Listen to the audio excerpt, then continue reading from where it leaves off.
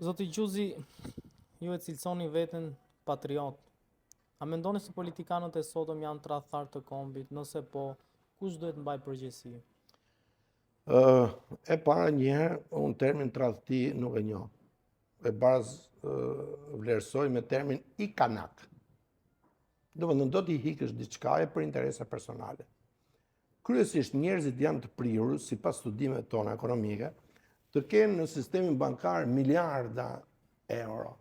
Më thoni ju mu, Elton Musk, me miliarda euro, pse zgjodhi të bëjë politikan? A e keni menduar ndonjëherë? Ja ju a përgjigjen. A i zgjodhi të bëhet politikan sa i pa që miliardet e eurove nga agjensia Soros dhe USAID po dalin ditë për ditë, kishin dëmtuar buxhetin amerikan të shtetit me triliarda dollar në borxhin e brendshëm. Këtë borxh po fillonin ta çonin tani në borxhin e jashtëm dhe nëse fillon borxhi i jashtëm, fillon rreziku sipas ne ekonomistëve. Dhe ai zgjodhi të bëjë politikan për departamentin e eficiencës. Këtu është politika e patriotit dhe i kanakut. Pra, një njeri që është biznesmen, si Donald Trump, zgjedh që të bëjë jo vetëm biznes, po zgjedh të jetë patriot. Dhe si tha, unë tha përpara goditjes me armë, tha, megjithëse shkoja në kish, nuk besoja shumë, po vetëm Zoti ma shpëtoi jetën. Pra, ne konservatorët njohim Zotin. Duke njohur Zotin, njohim patriotizmin dhe vim tek çfarë është konservatori. Konservatori është familjar i mirë, është njeri që ruan traditën e mirë, siç thashun, traditën e besës, bacës, të parit shtëpisë. Është ai që trashëgon pronën te i biri i tij. Dhe në fund është ai që flet mirë gjuhën shqipe, ndoshta nuk e flas shumë mirë, po e ruaj kontekstin zyrtar, jo vetëm letrar, lingvistik, po të themi kështu, se ka të tjerë që janë më të zotëson dhe flasin më mirë shqipen, po janë ata që janë studios të shqipes. Unë jam politikan dhe gjuha politikanit nuk është e drunjt, është, si të thuash, në termin popullor do të thotë elastik, ose si thot Konrad Adenauer, nëse je politikan, duhet njohësh kompromisin. Nëse nuk njeh kompromisin, ti je i kanak, thot ai. Ti nuk di të bësh politikë dhe duhet ikësh. Në këtë koncept rikthehemi. Prandaj jemi në një koalicion të gjerë ku i pari midis të barabartëve është kush? Profesor, doktor Sali Berisha. Ne kemi zgjedhur atë. Mund vi pyetja tjetër e juja, që ti e ke qenë kundër Ilir Metës, ke dalë hapur vot për të shkarkuar nga presidenti.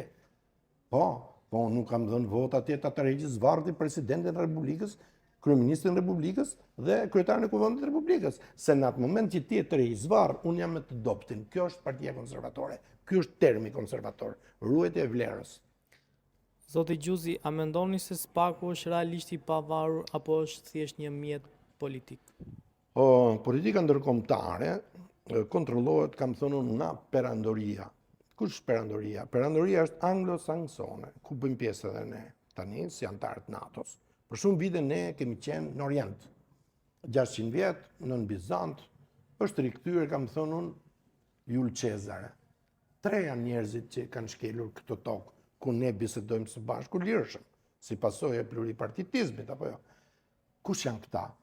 Është Jul Cezar, që ka kaluar këtu në Tiranë, është Nikita Khrushchev, dhe i treti është George Bush. Tani pyetja është, me këtë do zgjedhësh ti, zoti Gjuzi, tjesh? Unë kam zgjedhur ti me George Bush. Sali Berisha ka sjell George Bushin këtu, nuk mund të jetë tradhtar. A është i kanak? Sali Berisha mund të jetë tjetër pyetje. Jo. Se Kosova, ai thotë jam kosovar, apo jo? Kosova është zemra e Shqipërisë. Asaj Shqipëria që unë ju përmenda kilometër, nëse doni t'ja përmend prapë. Se ka disa njerëz që thonë 160.825 kilometra troje, kilometra katror troje etnike shqiptare. Nuk po themi për troje në një jurisdiksionin politik një shteti. Se ju përshifni që Donald Trump thot, do marrë kanalin e Panamas, do marrë atë që i thonë, si quhet, Grolanda? Sipër? Mirë, për politika ndërkombëtare, mbledhë një ndryshim më të madhe sa Donald Trump, perandori, po themi perandori për një sekond. Apo jo? Atëherë, çfarë bëhet në këtë rast? Në këtë rast duhet barazvlera e të parit midis të barabartëve. Kush është i pari midis barabartëve? Donald Trump, Europa, do të jetë bashkë. Pse jo? Pse jo? Rusia është pjesë e Europës. Zoti Gjuzi, nëse nesër do hape një dosje kundër jush, mendoni se do ishte për arsye të vërteta apo për t'ju bërë të heqni? Kujtim Gjuzi është 66 vjeç. Edhe ju e dini që do të thotë numri 26-ave, ndonjëherë një mand zoti, jemi në koalicion të madh. Unë thash që Sali Berisha, po drejtohem kështu tani, ose Baca, në moment caktuar më ka thënë foltoren e Partisë Demokratike. Ai tashmë e ka në koalicion Partinë Konservatore dhe ka drejt flasë si një konservator. Por ai është lider demokrat. Që do thotë është lider i qendrës, i cili mund të bëjë për hatër të interesave kombëtare patriotike lëvizje më të mëdha se aq, dhe ishim të Ilir Meta. Ha? Ju mund të godisni, mund të thoni, keni në koalicion Fredi Belerin, jo. Ne kemi në koalicion partinë e certifikuar nga gjykata e jurisdiksionit përgjithshëm Tiranë, që drejton zoti Dule. Zoti Dule është mbiemër shqiptar. Nëse ai do të bëjë kanakun, le ta bëjë. Ju mund prekni prapë, mund thoni çfarë mendimi keni për Çamërinë. Çamëria do zgjidhet me të drejtën juridike në studimet ekonomike, ose ajo që quhet drejta romake, çështja e pronës, mund zgjidhet në komunitetin evropian, që do të thotë Greqia duhet të paguajë harax dëm shpërblimin. Ne nuk do të jemi hakmarrës me grekët. Grekët janë pelasë si ne. Zoti Gjuzi, a mendoni se ka politikanë shqiptarë që janë agjent të vendeve të huaja dhe punojnë kundër interesave të vendit tonë? Po, ka, e këtë e them me kompetencë. Po. Këtu është penalizuar Fatmir Mediu. Do të dalë pak këtu te kolegu im. Gërdeci nuk është faji Fatmir Mediu. I bëj thirrje atyre që kanë humbur të dashurit e tyre. Gërdeci është një çështje e agjenturave të huaja. Ata e ndezën. Tani, nëse ju doni, çojë ju çojë edhe te Kodrina atje, po nuk besoj se keni ardhur për këtë i nderuar. Shqiptarët po ikin masivisht nga vendi. Mendoni se kjo është një strategji e qeverisë për të pastruar Shqipërinë nga klasa punëtore dhe për të lënë vetëm oligarkët dhe klientët e tyre? Nëse oligarkët ngelin pa klasën punëtore, sipas Marksit, do të thotë që bie shteti. Ky shtet nuk ka rënë, se tashmë që flasim bashkë është 113 vjeç me letra juridikisht. Për këtë duhen falenderuar disa presidentë amerikanë. Woodrow Wilson, Richard Nixon,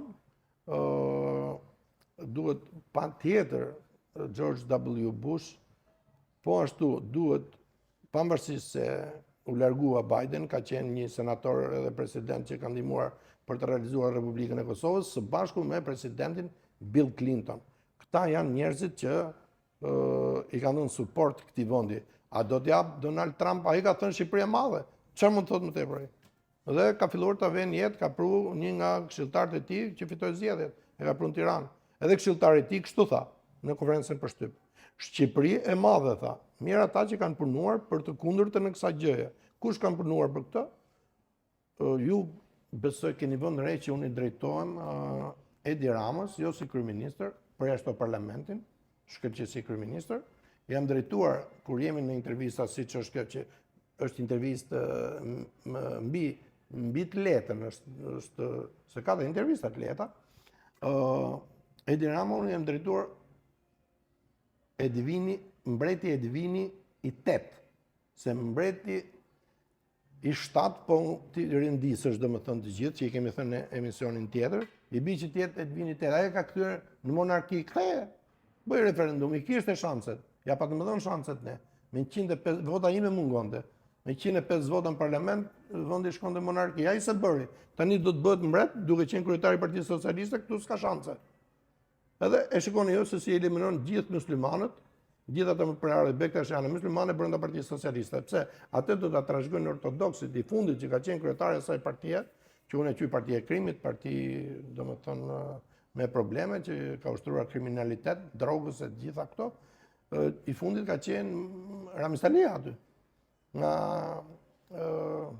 Tropajan ishte Ramiz Talia, se gjithë thonë ishte Shkodran, jo si Shkodran, ishte Tropajan. Do të thotë vunë baraz pesh në krahun tjetër Dr. Sali Berisha, opozita, Partia Demokratike, Forcat e Reja Demokratike, deri kur erdhën dhe konservatorët në 99-ën, se atëherë jemi kriju si subjekt. Dhe ne ikëm në diversitet, se ne nuk mund pranonim rolin e njëshit. Për njësh kishim diktatorin në Armizalia, ne manim atë.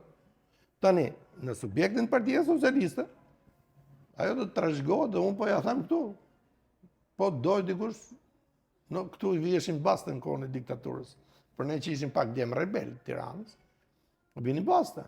A ve basta sot jo, se sot këtë tjetër pushtetje, Elisa Spiropali do t'jetë trashëgimtare. Prandaj kujdes ju muslimanët në Partia Socialiste, se ju mund të keni nivelin e dyshit, treshit, ati kur ka 7 vende bosh nga Edi Rama, ose 7 mund të ketë. Kështyra si 2 shtatave.